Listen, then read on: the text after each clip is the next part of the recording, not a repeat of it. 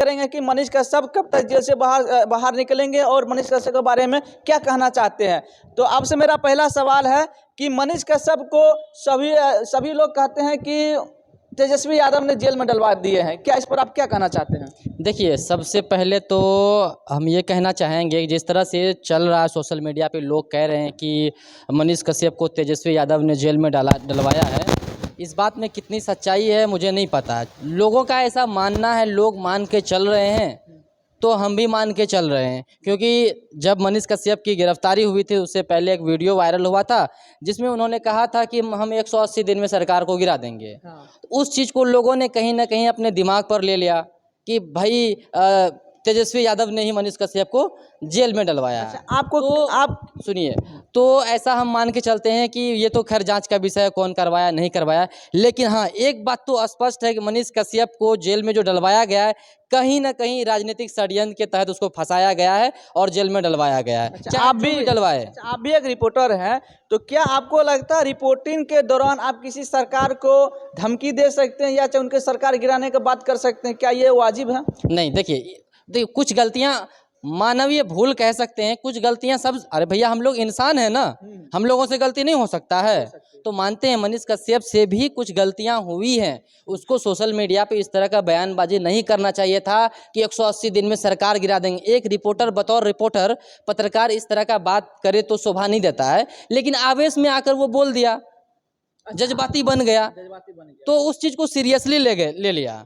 लेकिन ये हम नहीं कहेंगे कि उसको तेजस्वी यादव ने जेल भिजवाया, लोगों का मानना है। लेकिन हाँ, ये बात हम दोबारा रिपीट करते हैं कि कहीं ना कहीं राजनीतिक षड्यंत्र के तहत उसको फंसाया गया है। जिस तरह से सोशल मीडिया पे उनका क्रेज बना हुआ था मनीष कश्यप का, जिस तरह से उसका फैन फॉलोवर था, जिस तरह से लोग खास करके युवा पीढ़ी उसको पसंद कर रहे थे, लोगों का आवाज़ उठा रहे थे, गरीबों के लिए न्याय के लिए लड़ रहे थे, और जिस तरह से धीरे धीरे उसका पॉपुलैरिटी बढ़ रही थी, तो जाहिर सी बात है लोगों को जलन तो होगा ही। अच्छा, आपसे मेरा दूसरा सवाल है कि मनीष कश्यप का जितने भी अकाउंट थे और इस अकाउंट में जितने भी रुपये थे, उस सभी रुपये को सार्वजनिक कर दिया गया।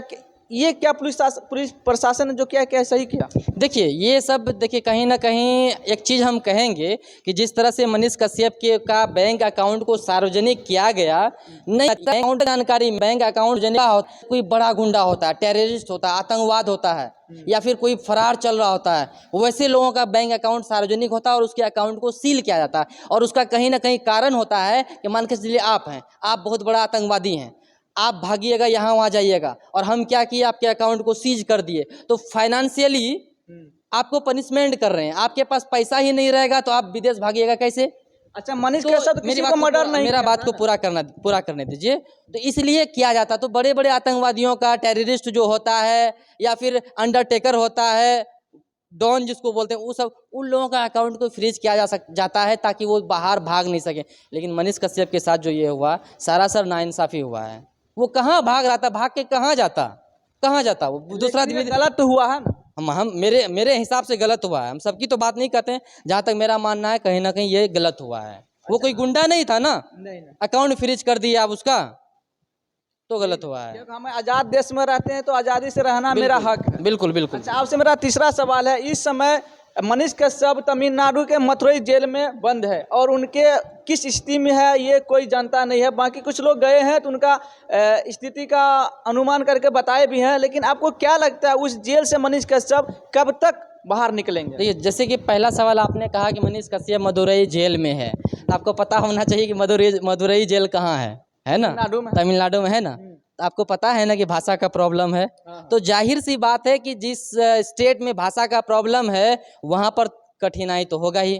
हमारा भाषा अलग है, उनका भाषा अलग है। हम हिंदी बोलेंगे और वो तमिल में बात करेगा, इंग्लिश तो प्रॉपर बोल नहीं पाएंगे, तो जाहिर सी बात है जेल में कष्ट तो होगा ही, और कष्ट हो रहा है वहाँ पर। तो बिहार सरकार को होना चाहिए कि जल्दी से जल्दी उनको शिफ्ट बिहार में करें।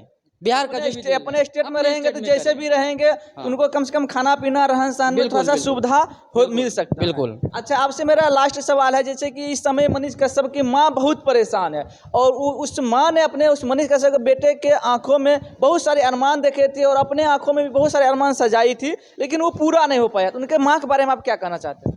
देखिए, जिस तरह से अभी हालात बना हुआ है, एक चीज़ कहेंगे कि एक माँ कितना दर्द से बच्चे को, औलाद को पालती पोसती है ना।